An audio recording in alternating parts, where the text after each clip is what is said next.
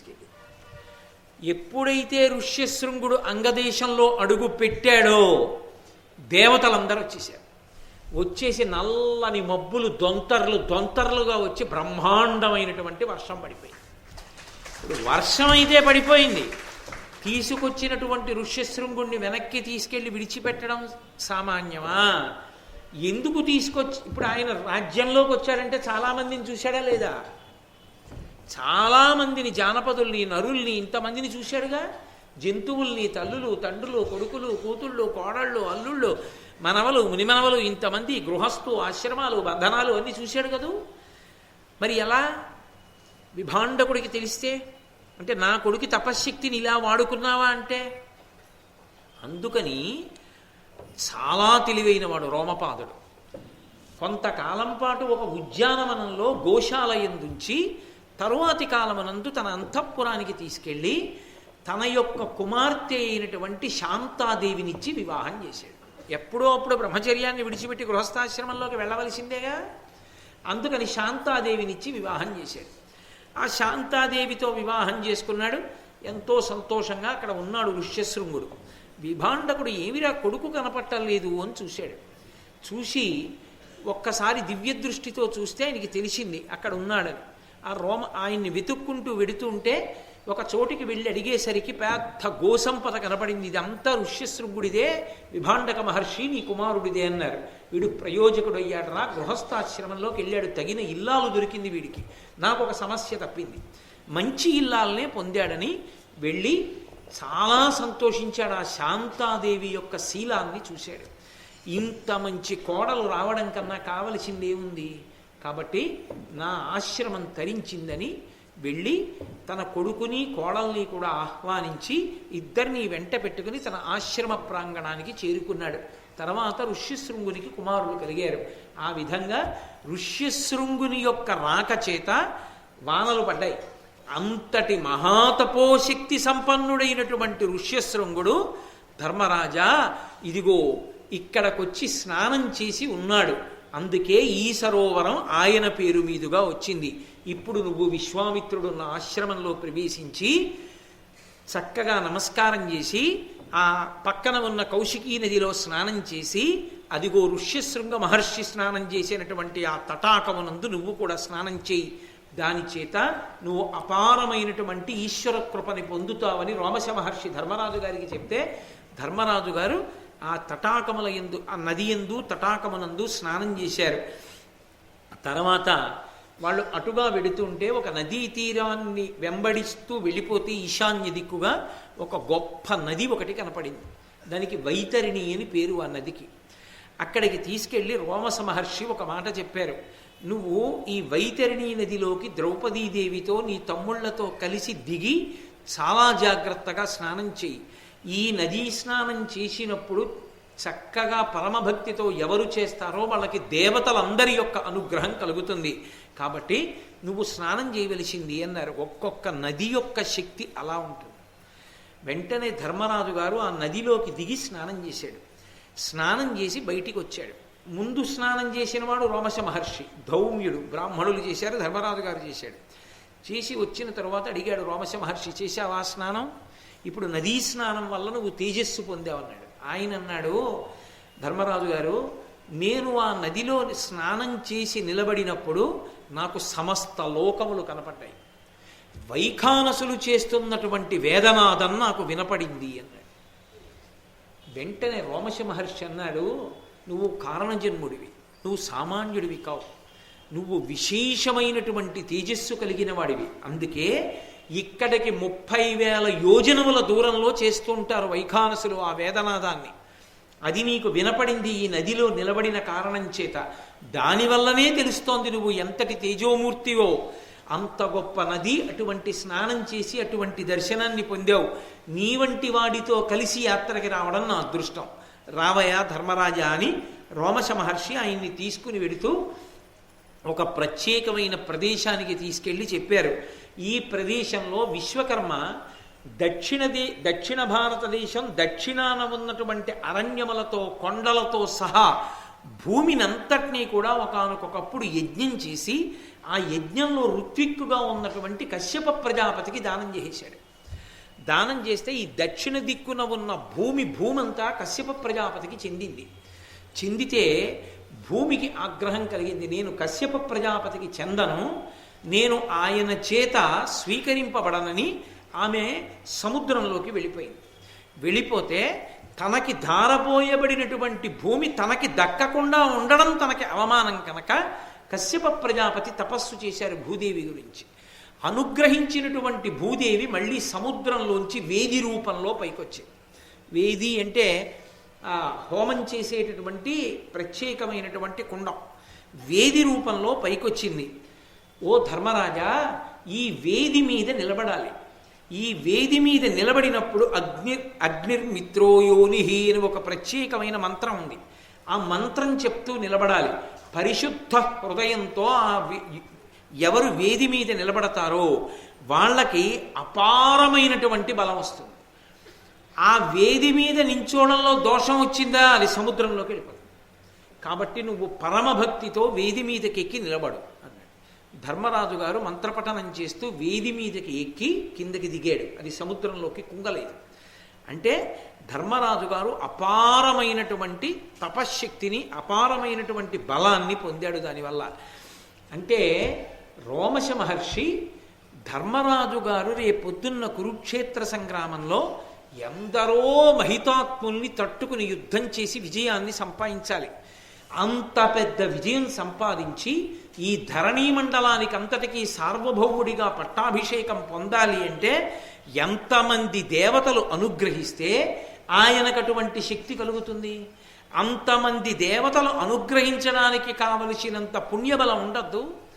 అంత పెద్ద పుణ్యబలం రావడానికి అరణ్య పర్వాన్ని, వనపర్వాన్ని ఆరణ్య పర్వంగా మార్చి గురువులైనటువంటి వారు అనుగ్రహించి ధర్మరాజు గారిని ఎక్కడెక్కడికి తీసుకెళ్లి ఏ తీర్థముల యందు, ఏ నదుల యందు స్నానం చేయిస్తే ఎటువంటి ఫలితాన్ని పొందుతాడో, ఏ క్షేత్రములను తొక్కినంత మాత్రం చేత అటువంటి శక్తి పొందుతాడో అటువంటి వాటన్నిటికీ తీసుకెళ్ళి అటువంటి శక్తిని కట్టబెడుతున్నాడు. అది గురువుల యొక్క అనుగ్రహం. కాబట్టి ఇప్పుడు మహేంద్ర పర్వతం మీదకి తీసుకెళ్ళాడు. ఆ మహేంద్ర పర్వతం మీదే ఒకానొకప్పుడు పరశురాముడు నిలబడ్డాడు. ఇప్పటికీ పరశురామ క్షేత్రములు అని పిలుస్తారు అటువైపు ఉన్న క్షేత్రాలన్నిటినీ. ఆయన భూమిని అంతటినీ కూడా దానం చేసేసాడు కశ్యప ప్రజాపతికి ఒకానొకప్పుడు. దానం చేసేసి ఈ భూమి నీది అన్నాడు. అందుకే భూమికి కాశ్యపి అని పేరు. ఆయన అన్నాడు కశ్యప ప్రజాపతి, భూమిని అంతటినీ నాకు దానం చేసేసావు కదా, దానం చేసేసిన తర్వాత ఇప్పుడు నీకు మళ్ళీ కొత్తగా భూమి ఎక్కడిది నిలబడడానికి భూమి లేదు, కాబట్టి నువ్వు ఎక్కడికి వెళ్ళిపోతావో వెళ్ళిపో, ఈ భూమి నాది, నాకు దానం చేశాక ఇక నీదిగా నువ్వు వాడుకోకూడదు. అది ధర్మశాస్త్రం. అది ఒక వస్తువు మనం ఇదం నమమా అని దానం చేసేసామనుకోండి, చతుర్థి విభక్తి వేసి, మళ్ళీ ఓసారి నేను వాడుకుంటానండి అని తీసుకోకూడదు. దానం చేసేస్తే అవతల వాళ్ళది అయిపోయింది. భూమినంతటినీ కశ్యప ప్రజాపతికి ఇచ్చేస్తే ఇక పరశురాముడు నించోడానికి భూమి ఇది, భూమి లేదు, నువ్వు దీని మీద ఉండకూడదు, కాబట్టి నువ్వు తొలగిపో అన్నాడు కశ్యపుడు. తను నిలబడడానికి భూమి లేదని మహేంద్ర పర్వతం మీద నిలబడి అడిచాడు పరశురాముడు. సముద్రం అడుగున కొంత భూమి ఉంది, ఓ సముద్రమా నాకు కొంత భూమిని విడిచిపెట్టి వెనక్కెళ్ళు అన్నాడు. అంటే సముద్రం అంది, నువ్వంటే నాకు భయం, ఒక్క క్షత్రియుడు తప్పు చేస్తే 21 మాటలు భూమి అంతటినీ తిరిగి చంపావు క్షత్రియుల్ని, నీకెంత భూమి కావాలో నువ్వే నిర్ణయించుకో, నేను ఎక్కువ పెడితే అంతెందుకని దెబ్బలాడచ్చు, తక్కువ ఇస్తే తక్కువ ఎందుకు ఇచ్చావనొచ్చు, నీకెంత కావాలో చెప్పండి, అయితే నా పరశువు విసురుతాను గండ్రగొడ్డలి, అది ఎక్కడ పడుతుందో అక్కడ వరకు నువ్వు వెనక్కి వెళ్ళాడు. అంటే ఆ పరశువుని గిరగిర తిప్పి విసిరాడు. విసిరినప్పుడు అది ఎక్కడికి వెళ్ళి పడిందో సముద్రం అంత మేర వెనక్కి వెళ్ళిపోయింది. వెనక్కి వెళ్ళిపోతే వచ్చినటువంటి ప్రదేశంలో ఏర్పడిన క్షేత్రాలన్నిటికీ పరశురామ క్షేత్రాలని పేరు. అందుకే పరశురాముడు అక్కడ పూజల కొరకు ప్రత్యేకంగా బ్రాహ్మణుల్ని తీసుకెళ్ళి అక్కడ బ్రాహ్మణ్యాన్ని నిలబెట్టాడు. ఉడిపి మొదలైన ప్రాంతాలన్నీ ఆ పరశురామ క్షేత్రాల్లోకే వస్తాయి. అది పరశురాముని యొక్క అనుగ్రహం చేత వచ్చిన భూమి, అందుకని అక్కడ ఉంటాడు ఆయన చిరంజీవి, అందుకని అక్కడ ఉంటాడు. ఉండి ప్రతి చతుర్దశి తిథి నాడు మహేంద్రగిరి పర్వతం మీదకు ఒకసారి వస్తాడు. ఎందుకు వస్తాడంటే ఆయన శిష్య పరంపర ఉంది. ఆ శిష్యులందరూ ఆయన్ని చూసి నమస్కారం చేసి పూజ చేస్తారు, అందుకు వస్తాడు. అందులో అకృతవ్రణుడు అని ఒక శిష్యుడు, అకృతవ్రణుడు, ఆయన పేరంత చిత్రమైనటువంటి పేరు, చెయ్యనిటువంటి వ్రణము కలిగినటువంటి వాడు. అకృతవ్రణుడు అనబడేటటువంటి ఆయన ఆ మహేంద్రగిరి మీద కూర్చుని పరశురామ ఆరాధన చేస్తున్నాడు. ధర్మరాజు గారు వెళ్ళారు అక్కడికి. ఇక్కడేనయా పరశురాముడు వస్తాడని మహానుభావుడైనటువంటి రోమశ మహర్షి చెప్పారు. ఆ అకృతవ్రణుడు అనబడేటటువంటి పరశురాముడి శిష్యుణ్ణి ధర్మరాజు గారు అడిగారు, ఎప్పుడు వస్తాడు పరశురాముడు ఇక్కడికి అని అడిగారు. చతుర్దశి తిథి నాడు వస్తాడు అన్నారు. చతుర్దశి తిథి వరకు మేము ఇక్కడ ఉంటే మాకు పరశురామ దర్శనం అవుతుందా అని అడిగాడు. మీరు ఉండండి, మీరు ధర్మాత్ములు కనుక పరశురాముడు దర్శనం ఇస్తాడు మీకు, ఆయన మహానుభావుడు కాబట్టి ఉండండి అన్నారు. చతుర్దశి పర్యంతం మహేంద్రగిరి మీద ఉండిపోయాడు ధర్మరాజు. తమ్ముళ్లతోటి తన భార్య అయినటువంటి ద్రౌపదీదేవితోటి కలిసి ఉండిపోయాడు.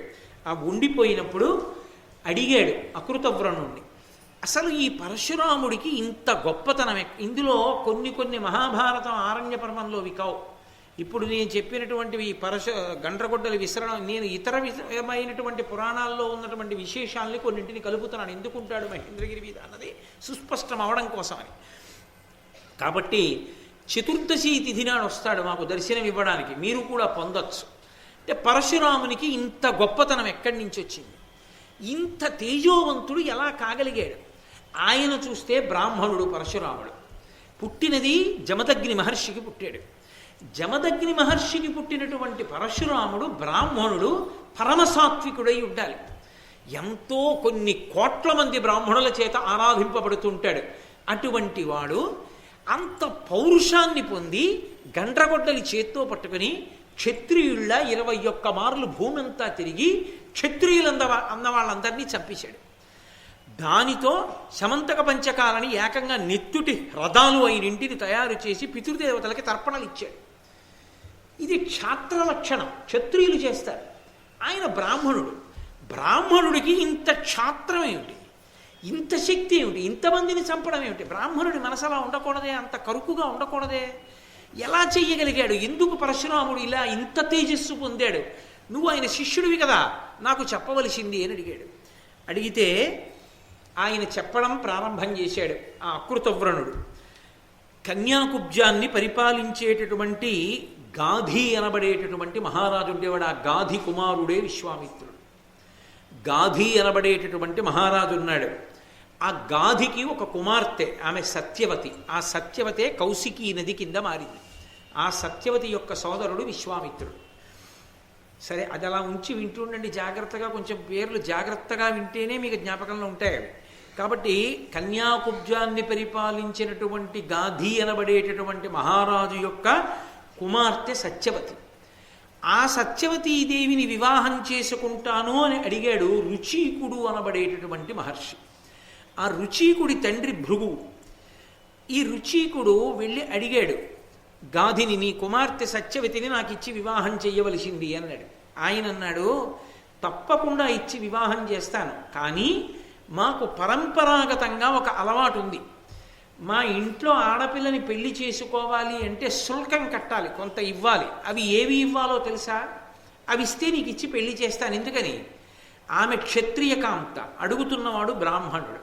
ఈయనకిచ్చి పెళ్లి చేస్తే ఈయన ఎక్కడో అరణ్యాల్లోనూ ఆశ్రమాల్లోనూ తిప్పుతాడు, ఎందుకు వచ్చిన గొడవ అని ఆయన తేలేనిది అడుగుదామని ఆయన అన్నాడు, ఒక్క కర్ణంబు నీలోత్పల శ్యామమై తనువెల్ల శశిహంస ధవళమైన ఎట్టి గుర్రములు వేయి కన్య కుంకువిట్లో ఓపుదేని మునీంద్ర దీని నమరంగా పెండిలియగు ఇది మా కుల ధర్మంబు నావుడు ధరుని పెండ్లియగు వేట్క భార్గవుడప్పుడు వరుణేంద్రపాలికి జని వాని బడసి తెచ్చే అవనినాథ గంగయందు కన్యాకుబ్జపురవంబునందు పుట్టెనట్టి హయ సహస్రమమలమై నాట గోలెడు అశ్వతీర్థమనగ నయ్యనదియు. మాకు నీకు సత్యవతిని పెళ్లి చేసుకోవాలని ఉంటే ఓ రుచీకుడా కన్యాశుల్కాన్ని కట్టాలి. ఇది మా వంశాచారం. ఏమిటి కట్టాలో తెలుసా? ఒళ్ళంతా చంద్రబింబం ఎలా ఉంటుందో, హంస ఎలా ఉంటుందో అటువంటి తెల్లటి కాంతితో ఉండి, ఒక్క చెవి మాత్రం నల్ల కలువ ఎలా ఉంటుందో, నల్లగా కాదు నల్ల కలువ ఎలా ఉంటుందో అటువంటి రంగుతో ఒక్క చెవే ఉండాలి. ఒక చెవి నల్ల కలువలాగా, మిగిలిన ఒళ్ళు చంద్రుడిలాగా హంసలాగా ఉన్నటువంటి గుర్రాల్ని 1000 గుర్రాల్ని తీసుకొచ్చి నాకు ఇస్తే మా అమ్మాయినిచ్చి పెళ్లి చేస్తానంటాడు. బ్రాహ్మణుడు ఎక్కడి నుంచి తెస్తాడు 1000 గుర్రాలు ఇలాంటివి అని. ఆయన తిన్నగా వరుణుడి దగ్గరికి వెళ్ళాడు ఆయనకున్న మంత్రశక్తి చేత. వెళ్ళి, వరుణుడా పెళ్లి చేసుకోవాలనుకుంటున్నాను, పెళ్లి చేసుకోవడానికి డబ్బు అడిగితే కూడా తప్పకుండా ఇవ్వాలి. ఎందుకో తెలుసా, అది కూడా స్నాతక వ్రతం అని పేరు. స్నాతక వ్రతం అనేక విధాలుగా ఉంటుంది.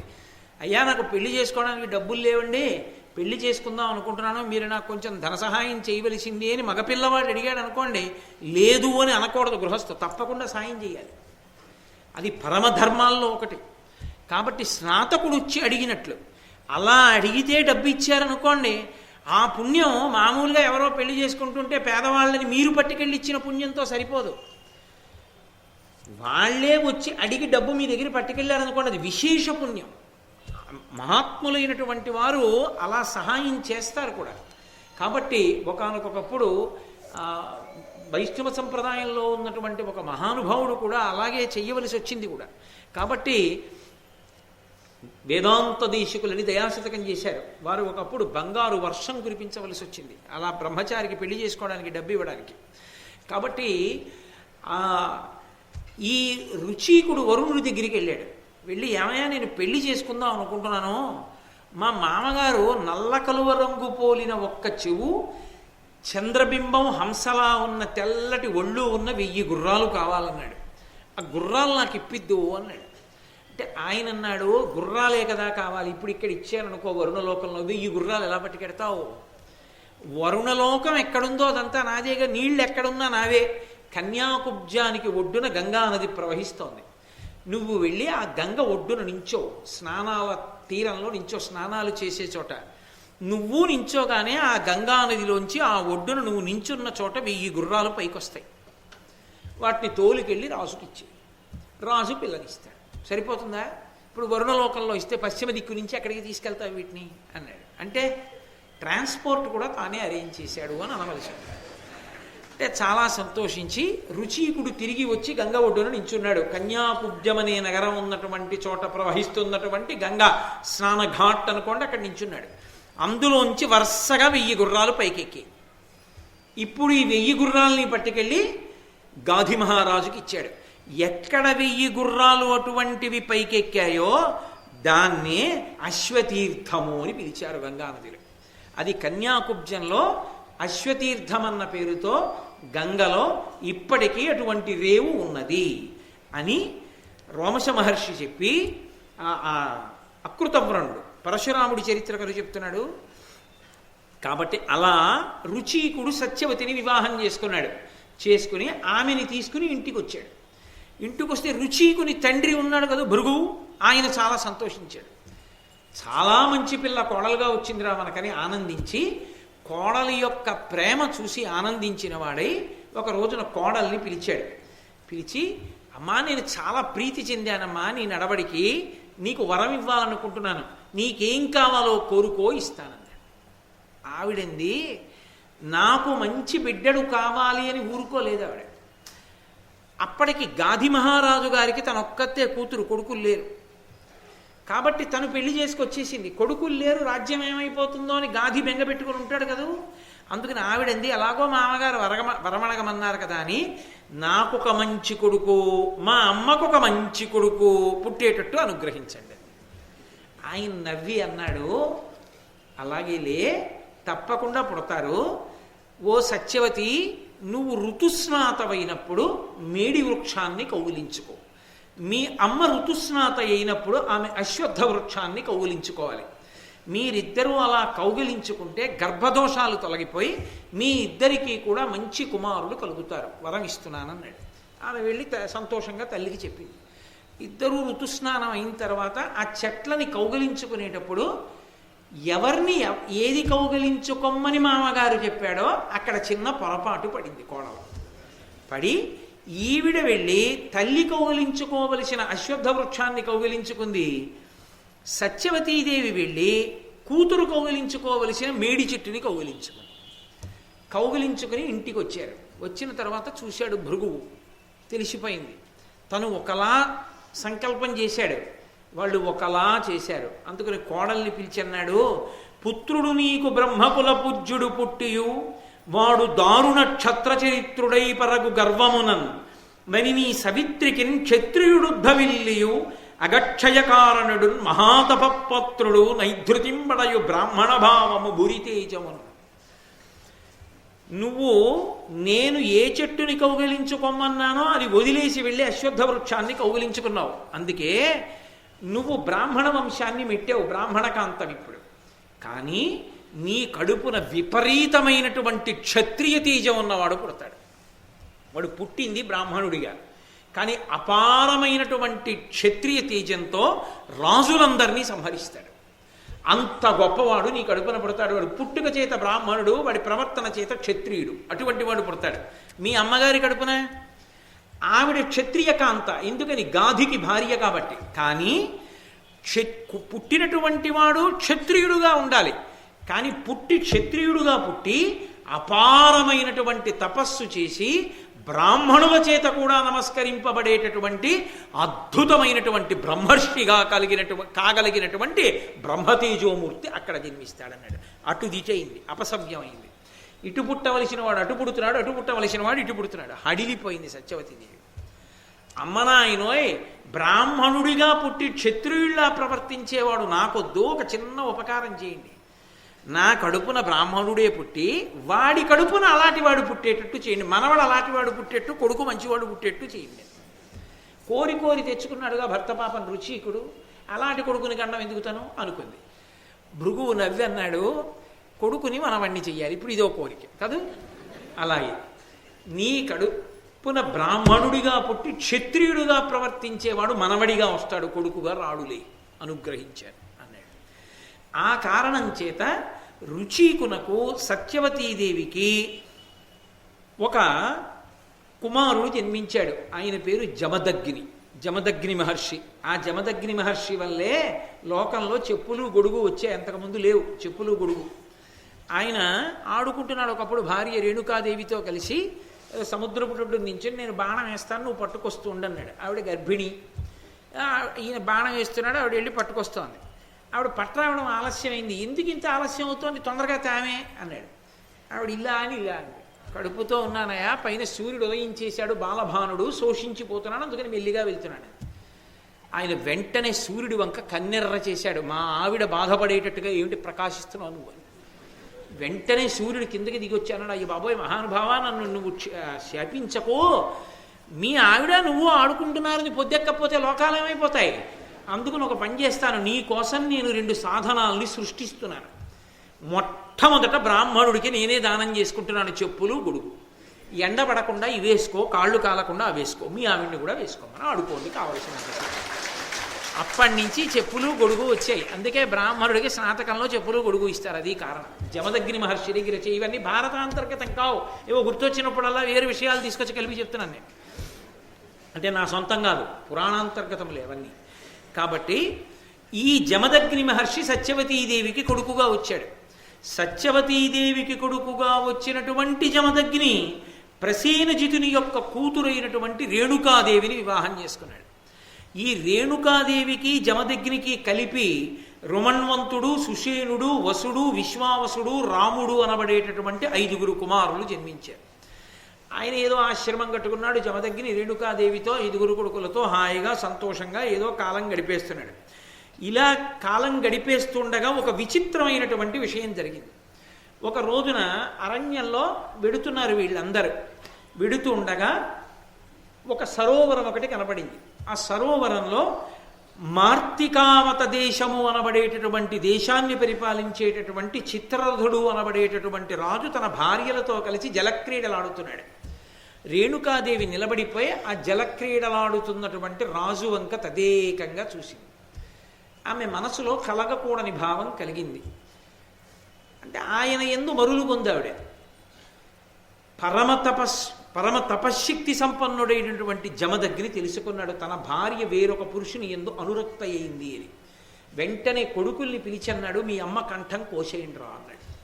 అంటే మొదటి 4 అన్నారు, మేము కొయ్యం, మేము చంపం మా అమ్మని చంపడం ఏంటి, మహాపాతకం, మేము చెయ్యం అలాంటి పనులు అన్నాడు. 5వ వాడు రాముణ్ణి పిలిచాడు. పిలిచి ఒరే ఇదిగో ఆ గండ్రగొడ్డలి తీసుకో, అప్పుడే పరశురాముడు పరశు అంటే గండ్రగొడ్డలి, ఆ పరశువు తీసుకుని మీ అమ్మ కంఠం ఛేదించరా, తండ్రి శాసనం ఇది అన్నాడు. వెంటనే పరశురాముడు తీసుకుని తల్లి కంఠాన్ని ఛేదించాడు. తల్లి మరణించాడు. మరణించగానే మొట్టమొదట నలుగురు నా మాట వినలేదు, అందుకని పక్షుల వలె పశువుల వలె జ్ఞానశూన్యులై అరణ్యంలో తిరగండి. నా మాట విన్నాడు ఐదోవాడు రాముడు, అందుకని ఒరేయ్ నువ్వు అడిగిన వరాలు ఇస్తాను, ఏం కావాలో కోరుకో అన్నాడు. అంటే ఆయన అన్నాడు, నాన్నగారండి మీరు చెప్పిన పని చేశాను, మీరు ప్రీతి పొందారు, నా మొట్టమొదటి వరం ఏమిటంటే అమ్మని బతికించండి. బతికించాను రా. రెండు, నాన్నగారండి అమ్మని చంపిన పాపం పోయేటట్టు చేయండి. పోయేటట్టు చేశాను రా అన్నాడు. నాన్నగారండి నా అన్నలు నలుగురు కూడా పశువులు పక్షుల్లా జ్ఞానశూన్యులై తిరగకుండా జ్ఞానంతో ఉండేటట్టే మళ్ళీ అనుగ్రహించండి అన్నాడు. ఇచ్చేశాను రా అన్నాడు. యుద్ధంలో నాకు అపారమైన బలం ఉండేటట్టుగా అనుగ్రహించండి అన్నాడు. ఇదెందుకు బ్రాహ్మణుడికి అంటే ఎక్కడిది? భృగువు ఇచ్చినటువంటి వరం వల్ల వచ్చిన లక్షణం. పరశువు చేత్తో పట్టుకున్నాడు కదా, కోరిక పుట్టింది.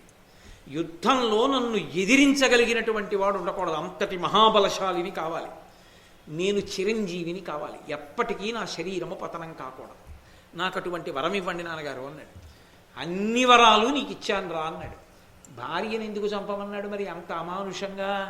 దాని ధర్మసూక్ష్మం ఏమంటే, పతిత అయినటువంటి ఆవిడ పునర్జన్మని పొందుతుంది, తన భార్యని తాను బతికించుకోగలడు మళ్ళీ. కానీ ఆమె పతిత అయి మానసికంగా వేరొక పురుషుణ్ణి కోరి తన పక్కన ఉంటే దోషం కలుగుతుంది. ఆ దోషం పోగొట్టాలంటే ఆవిడ శరీరం పడి మళ్ళీ పుట్టాలి. ఒకసారి పడిపోతే మళ్ళీ బతికించగలడు. తానే చంపడం ఎందుకని పరీక్ష పెట్టాడు. తండ్రి మనసు అర్థం చేసుకోలేని కొడుకుల్ని శపించి మళ్ళీ అనుగ్రహించాడు.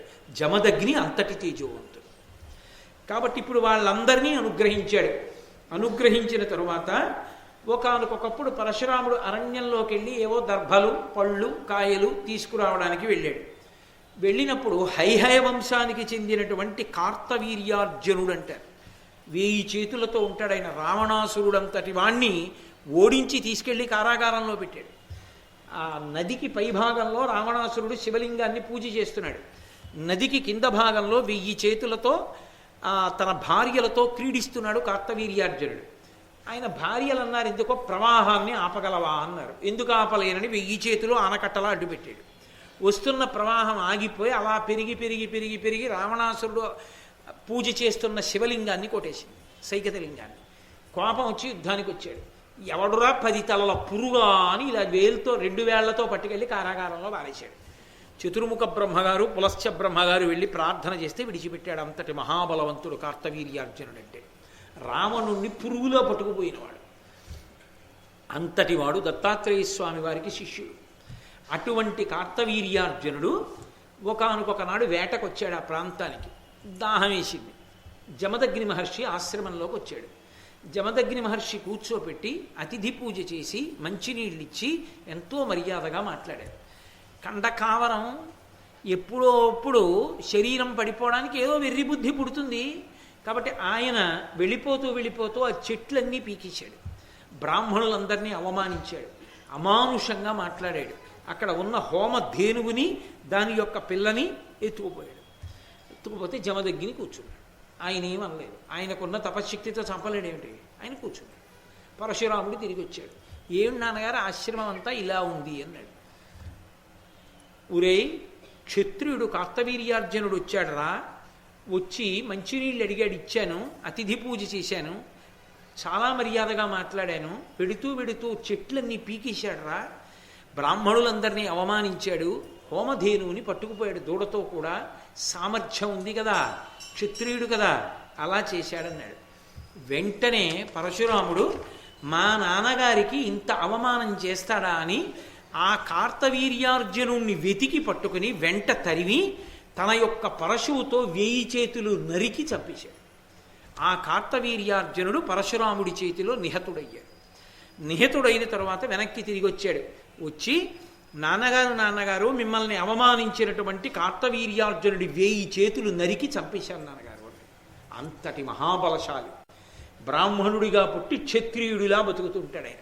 క్షత్రియుడిగా పుట్టి విశ్వామిత్రుడు బ్రహ్మర్షి అయ్యాడు. అక్కడ ఇటు పుట్టవలసిన వాడు అటు పుట్టాడు, అటు పుట్టవలసిన వాడు ఇటు పుట్టాడు. కాబట్టి ఏమైతేనే గాధికి అల్లుడు ఈయన అయ్యాడు, అల్లుడి వైపు నుంచి ఈయన వచ్చాడు, కొడుకుగా ఆయన వచ్చాడు, గాధి తరించాడు. దానివల్ల ఒకానొకప్పుడు ఈ కార్తవీర్యార్జునుడు చనిపోయాడు, జమదగ్ని కూర్చుని ఉన్నారు. మళ్ళీ ఏదో కొంతకాలం అయిపోయింది. అయిపోయిన తర్వాత హైహయులని ఆ కార్తవీర్యార్జునుడి వంశం వాళ్ళు, ఇదిగోరా ఈ జమదగ్ని కుమారుడేడా మన మన తండ్రిని కార్తవీర్యార్జునుడిని చంపేశాడని పరశురాముడు ఆశ్రమంలో లేని సమయం చూసి ఆశ్రమానికి వచ్చి వాళ్ళ తండ్రిని ఏ తప్పు చెయ్యనటువంటి వాడిని నిష్కారణంగా నరికి చంపేశారు.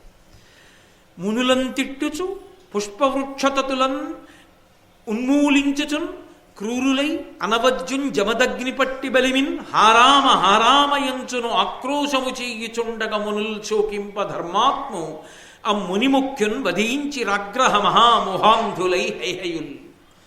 మహాతేజశాలి అయినటువంటి వాడు, గొప్ప తపశ్శక్తి ఉన్నటువంటి మహర్షిని తన కొడుకైనటువంటి పరశురాముణ్ణి పిలుస్తూ హారామ హారామ అని అరుస్తున్నా కూడా ఆ పక్కన ఉన్నటువంటి బ్రాహ్మణులందరినీ కూడా శిక్షించి చెట్లు పీకేసి ఆ జమదగ్ని మహర్షి యొక్క కంఠాన్ని దునుమాడి ఆయన్ని సంహరించి హైహైలు వెళ్ళిపోయారు.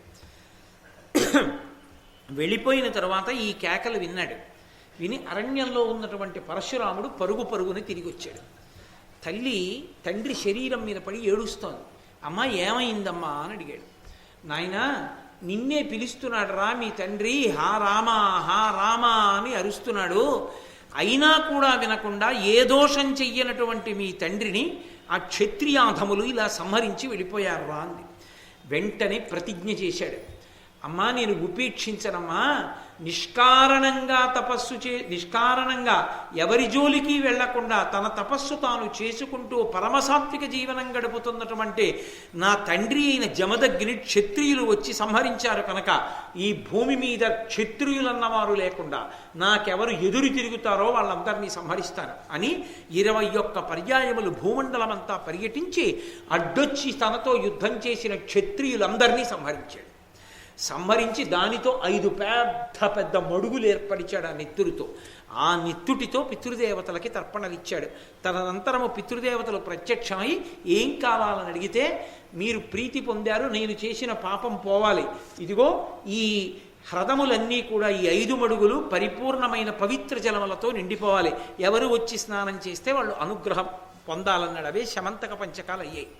కాబట్టి ఆ పరశురాముడు అలా చేసి చిట్ట చివర ఈ పెద్ద యజ్ఞం చేసి ఆ యజ్ఞంలో ఈ భూమిని అంతటినీ కూడా దానం చేసేశాడు కశ్యప ప్రజాపతికి. అందుకని కాశ్యపి అని పేరు పొందింది భూమి. అప్పుడు తనకి భూమి లేకపోతే ఈ మహేంద్రగిరి పర్వతం మీద నిలబడ్డాడు. నిలబడి సముద్రుణ్ణి అడిగాడు, ఇదిగో ప్రతి చతుర్దశి తిథి నాడు వస్తాడు పరశువు పట్టుకుని, మహాతేజస్సాలయ్య ఆయన చిరంజీవి అని చెప్పాడు ఆ అకృతవ్రణుడు. అప్పుడు ధర్మరాజు గారు చతుర్దశి తిథి వరకు కూర్చుని చతుర్దశి తిథి నాడు వచ్చినటువంటి పరశురాముని యొక్క దర్శనం చేసుకుని ఆయన్ని పూజించి ఆయన యొక్క అనుగ్రహాన్ని ఆశీర్వచనాన్ని పొందారు. పరశురాముడంతటి మహాపురుషుని యొక్క అనుగ్రహాన్ని పొందాడు కాబట్టి ధర్మరాజు గారు మరింత శక్తిని పొందారు. నన్నయ్య గారు కదూ భారతాన్ని ఆంధ్రీకరిస్తున్నది. దక్షిణ దిశగా వస్తున్నాడు ధర్మరాజు గారు. రాజమహేంద్రవరం దగ్గరికి వచ్చి గోదావరి నది స్నానం చేశాడు. తాను ఉన్నది ఆ గోదావరి ఒడ్డుని, అక్కడే మహాభారతాన్ని ఆంధ్రీకరించాడు. అందుకే ఆ సంతోషంతో పడ్డ పద్యం నన్నయ్య గారికి, గోదేవ క్షితిదేవ భక్తిపరుడై గోదావరి స్నాతుడై గోదానంబులు హేమదానములు పెక్కుల్ రత్నదానంబులన్ భూదేవోత్తమ పూజ చేయుచు జగత్పూజ్యుండు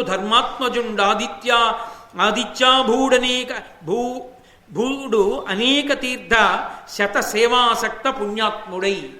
ఆ ధర్మరాజు గారు గోదేవ క్షితిదేవ భక్తిపరుడై గోదావరి స్నాతుడై ఈ దేవతలయందు భూదేవులంటే బ్రాహ్మణులయందు విశేషమైనటువంటి భక్తి కలిగినటువంటి వాడై గోదావరి నదిలో స్నానం చేసి ఎన్నో గోవులను దానం చేసినటువంటి వాడై, బంగారాన్ని దానం చేసినటువంటి వాడై, రత్నములను దానం చేసినటువంటి వాడై, బ్రాహ్మణుల్ని పూజించినటువంటి వాడై, జగత్పూజ్యుండు ధర్మాత్మజుండు. ఆ జగత్పూజ్యుడైనటువంటి ధర్మరాజు గారు ఆ గోదావరి నది స్నానం చేయడం వల్ల కలిగినటువంటి విశేషమైనటువంటి పుణ్యం చేత సంతోషాన్ని పొందినవాడై ఉన్నాడు అని ఆ గోదావరి నది స్నాన వైభవాన్ని ఆవిష్కరించారు. తర్వాత అక్కడి నుంచి బయలుదేరి అగస్త్య తీర్థమునందు శూర్వారక తీర్థమునందు స్నానం చేసి శూర్పారక తీర్థమునందు స్నానం చేసి ప్రభాస తీర్థానికి వెళ్ళారు. అంటే అటు మళ్ళీ పశ్చిమ దిక్కుగా వెళ్ళారు. వెడితే ఆ ప్రభాస తీర్థానికి స్నానానికి వెడితే అక్కడికి ఎదురొచ్చి కృష్ణుడు, బలరాముడు, సాత్యకి మొదలైన వాళ్ళు స్వాగతం చెప్పి తీర్థయాత్ర చేయడం వల్ల బడలిపోయి బక్కచిక్కినటువంటి శరీరాలతో ఉన్నటువంటి పాండవులలోని నలుగురిని అర్జునుడు ఇంద్రలోకంలో కదా ఉన్నాడు. అందుకని ధర్మరాజు, భీముడు, నకులుడు, సహదేవుడు, ద్రౌపది నలుగురు పాండవులు ద్రౌపదీదేవిని చూసి సంతోషించిన వాళ్ళై వాళ్లతో మాట్లాడుతుంటే బలరాముడు అన్నాడు, ఇంతటి ధర్మానికి కట్టుబడిన వాళ్ళే వీళ్ళని మాయాజూదంలో ఓడించి అరణ్యవాసానికి పంపించి వీళ్ళు ఇలా కష్టాలు పడేటట్టుగా చేసినటువంటి మహాపాపాత్ముడైనటువంటి ఆ దుర్యోధనుణ్ణి ఎందుకు ఉపేక్షించాలి? నా నాగలిని పట్టుకుని, ఆయన ఆయుధం నాగలి, నా నాగలిని పట్టుకుని కృష్ణుడు శారంగమనేటటువంటి ఆ ధనస్సు పట్టుకుని మనం ఇప్పుడే వెళ్ళి ధార్తరాష్ట్రుల్ని సంహారం చేసి ఈ ధర్మరాజుని తీసుకెళ్లి భూమండలానికి అంతటికీ పట్టాభిషేకం చేద్దామన్నాడు. మధ్యలో మళ్ళీ కథని జ్ఞాపకం చేస్తుంటారు. అంటే అప్పుడు సాత్యకి అన్నాడు, ఘనమై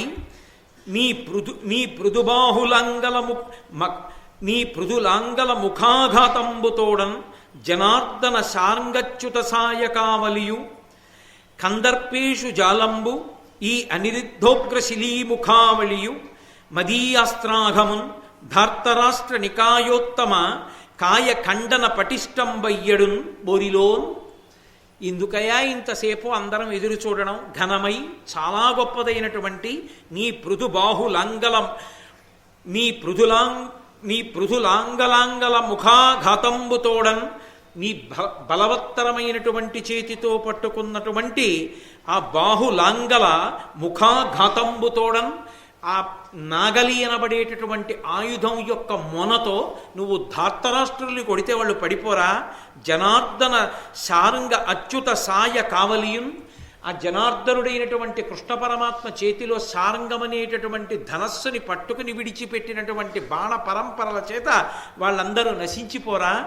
కందర్పేషు జాలంబు, కందర్పుడు అంటే మన్మధుడు ప్రద్యుమ్నుడిగా పుట్టాడు కాబట్టి ఆ ప్రద్యుమ్నుడు విడిచిపెట్టేటటువంటి బాణ పరంపరల చేత ఈ శిలీముఖాలియు, ఈ అనిరుద్ధుడు విడిచిపెట్టేటటువంటి అపారమైనటువంటి బాణ పరంపరల చేత, అదీ కాక మదీయాస్త్రౌఘమున్ నా చేతిలో ఉన్నటువంటి అస్త్రముల చేత ఆ ధార్తరాష్ట్రుల యొక్క శిరస్సులన్నిటినీ మనం దునుమాడి, అంతకా ఒకవేళ అర్జునుడు ఇంద్రలోకంలోంచి తిరిగి వచ్చేంత వరకు ఎదురు చూద్దామనుకున్నా, లేకపోతే 13 సంవత్సరాలు పూర్తయిపోయేంత వరకు ఆయన ఇచ్చిన మాట నిలబెట్టాలనుకున్నా, 13 సంవత్సరములు రాజప్రతినిధిగా అర్జునుడు రాజ్యం చేస్తాడు. పూర్తయిపోగానే ధర్మరాజుకు పట్టాభిషేకం చేసేద్దాం, అప్పటి వరకు అసలు దుర్యోధనుడు ఎందుకు బ్రతికుండాలి, ఇప్పుడే బయలుదేరి మనం ఆ ధార్తరాష్ట్రుల్ని సంహరిద్దాం అన్నాడు. ఆ కృష్ణుడు, సాత్యకి, బలరాముడు, ప్రద్యుమ్నుడు మొదలైనటువంటి వాళ్ళ యొక్క ఉద్ధతిని చూసిన వాడై ధర్మరాజు గారు అన్నాడు, మీదయ మాకు గల్గగన మిత్రులనొచ్చుట ఏమి పెద్ద, ధర్మోదయ నిత్య బుద్ధులను ఉత్తమ కీర్తుల నొప్పు ద్రోణ భీష్మాదుల సన్నిధానమున నెమ్మి బల్కిన పల్కు తప్పగా కాదని ధర్మనందనుడు గ్రమ్మరి చన్యదు వీర కోపములు. అయ్యా, మీ దయ మాకు గల్గగన మిత్రులనొచ్చుట ఏమి పెద్ద, మీ దయ మా ఎందున్నప్పుడు, మీరు మా ఎందు ఇంత ప్రేమాస్పదులయ్యున్నప్పుడు ఆ శత్రువుల పట్ల మేము కొంతకాలం ఓర్పుతో ఉండడం మాకేమైనా పెద్ద విశేషమా? ధర్మోదయ నిత్యబుద్ధులను ఉత్తమ కీర్తులనొప్పు ద్రోణ భీష్మాదుల సన్నిధానమున నెమ్మెయి పల్కిన పల్కు తప్పగా కాదని, మహాత్ములైనటువంటి ధర్మమునందు నిరంతరము ఉండేటటువంటి భీష్మ ద్రోణాది పెద్దల ముందు నేను ప్రతిజ్ఞ చేశాను, ఈ జూదంలో ఓడిపోతే 12 ఏళ్ళు అరణ్యవాసం, 1 సంవత్సరం అజ్ఞాతవాసం చేస్తానని.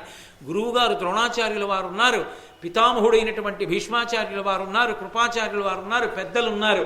వాళ్ళ ముందు నేను చేసిన ప్రతిజ్ఞ వమ్మైపోయి మనమే తొందరపడిపోయి వెళ్ళిపోయి ధార్తరాష్ట్రుల్ని చంపేసి రాజప్రతినిధిగానో రాజుగానో మనమే ఆ రాజ్యం చేసేస్తే వీడు మాట తప్పినవాడు రా అని రేపు పొద్దున్న తాతగారు గురువుగారు అంటే నాకు చిన్నతనం కాదా?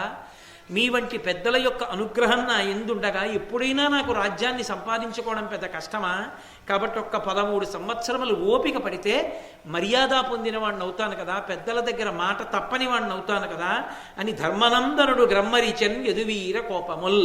ధర్మనందనుడైనటువంటి ధర్మరాజు గారు పలికినటువంటి మాటలలో ఉన్న విశిష్టమైనటువంటి తాత్పర్యాన్ని గుర్తించినటువంటి వాళ్ళై ఆయన మాట్లాడిన మాటలలో ఒక అర్థం పరమార్థం ఉన్నాయని వెంటనే కృష్ణుడు బలరాముడు మొదలైనటువంటి వాళ్ళందరూ శాంతించి నువ్వు కోరుకున్నట్టే 13 సంవత్సరముల తరువాత రాజ్యాన్ని చేద్దువుగానివని ఆ ధర్మరాజుని మిగిలినటువంటి వాళ్ళని ఓదార్చి అక్కడి నుంచి బయలుదేరి వాళ్ళకి స్వాంతన కలిగిన తరువాత వీళ్ళు బయలుదేరి మళ్ళీ వీళ్ళ రాజ్యానికి వీళ్ళు వెళ్ళిపోయారంటే ద్వారకా నగరానికి వెళ్ళిపోయారు.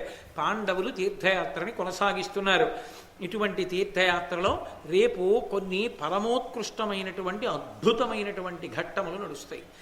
ఆ ఘట్టములతో కూడుకున్న విశేషాన్ని రేపు సాయంకాలం 6:30 కృష్ణ భగవానుడు పలికించినంత మేర పలుకుతాను. మళ్ళీ రేపు సాయంకాలం కలుసుకుందాం. మంగళాశాసనపరై పదాచార్య పురోగమై సర్వైశ్చ పూర్వైరాచార్యై సత్కృతాయాస్తు మంగళం. మంగళం కోసలేంద్రాయ మహనీయ గుణాత్మనే చక్రవర్తి తనూజాయ సర్వభౌమాయ మంగళం. ఉమాకాంతాయ కాంతాయ కామితార్థప్రదాయినే శ్రీగిరీశాయ దేవాయ మలినాథాయ మంగళం. సర్వం శ్రీ ఉమామహేశ్వర పరబ్రహ్మార్పణమస్తు. స్వస్తి.